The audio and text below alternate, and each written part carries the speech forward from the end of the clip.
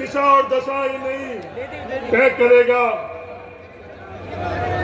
आने वाले चुनाव बाड़मेर जिले की और जैसलमेर की भी दिशा और दिशा भी तय करेगी। पिछले 10 वर्षों से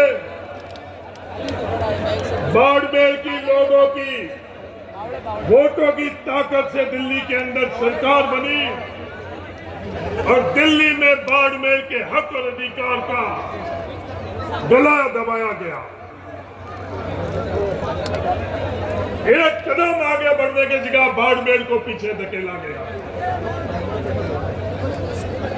5 साल से बाड़मेर का जो लोकसभा के अंदर प्रतिनिधित्व करने के लिए हम लोगों ने भेजा, पर उन्होंने बाड़मेर से वर्तमान के संसद में बाड़मेर के किसानों का, बाड़मेर के युवाओं का, बाड़मेर और जैसलमेर के विकास का ध्यान नहीं रखा।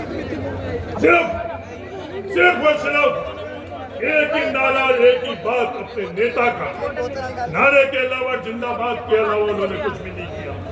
बाड़मेर की जिंदाबाद नहीं बोली, किसान की जिंदाबाद नहीं बोली, युवाओं की जिंदाबाद नहीं बोली, जैसलमेर की जिंदाबाद नहीं बोली।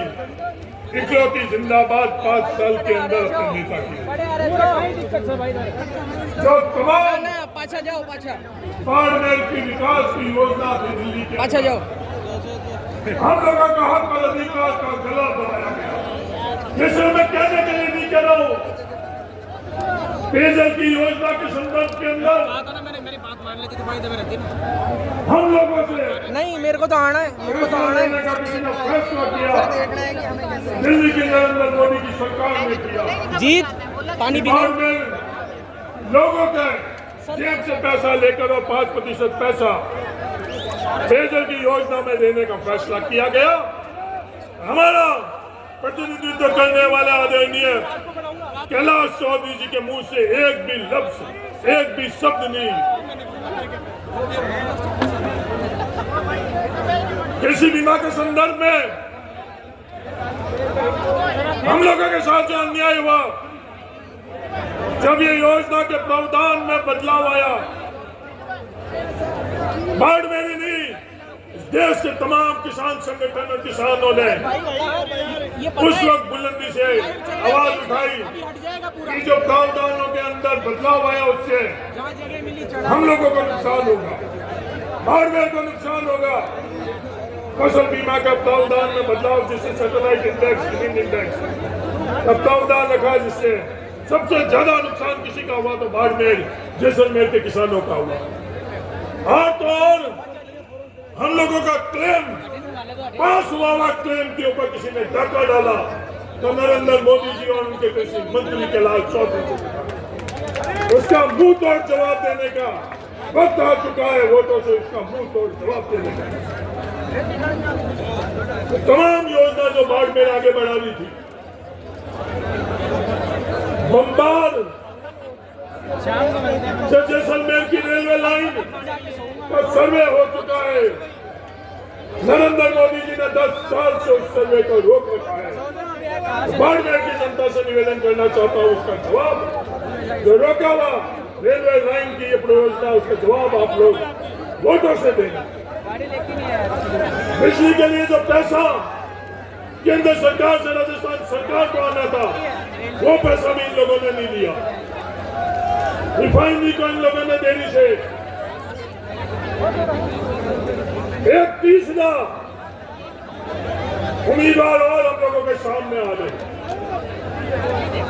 लोग कह रहे हैं ये उम्मीदवार नया है, ये नया नहीं है। मैं बाड़मेर जैसलमेर के लोगों को कहना चाहता हूँ, ये उन्हीं ताकतों के द्वारा प्रायोजित एक चेहरा नया है, पर वो ताकतें वो पुरानी है जो हम लोगों के आवाज, अधिकार, हक के ताकत हम लोगों की। आज वो बाड़मेर के अंदर विचारधारा हमारे विकास की बात नहीं कर रहे हैं, हमारे काम की बात नहीं कर रहे हैं, बाड़मेर की बात नहीं कर रहे हैं। वो बातें किसकी कर रहे हैं नौजवान साथियों? वो बातें किस दिशा में लेकर जा रहे हैं? आज इस डीएनपी के बारे में बात कर रहे हैं, मुख्यमंत्री के पास जाकर बात कर रहे हैं। क्या राजस्थान सरकार के पास अधिकार है डीएनपी का? राजस्थान सरकार के पास अधिकार नहीं है। सिर्फ सोशल मीडिया के माध्यम से हम लोगों के बीच में डीएनपी का मुद्दा उठाने से हम लोगों को हक और अधिकार नहीं मिलेगा। जिस दिन बाड़मेर की जनता ने मुझे लोकसभा का सदस्य बनाया, उस दिन विधानसभा के चुनाव होने से पहले डीएनपी के अंदर डेवलपमेंट प्लान का प्रावधान डालकर डेवलपमेंट प्लान उसके बाद में डीएनपी के अंदर स्वीकृत कराया, जिसके कारण आज भी जो विकास के काम हो रहे हैं वो डीएनपी इलाके के अंदर हो रहे हैं।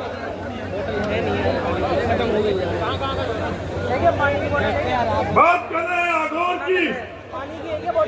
मैं उनसे कहना चाहता हूँ, बाड़मेर के नौजवान तो हम लोगों को पीढ़ियों से खून पसीनों से हमारे पूर्वजों ने शिक्षित कर दिया, पढ़े लिखा नौजवान है।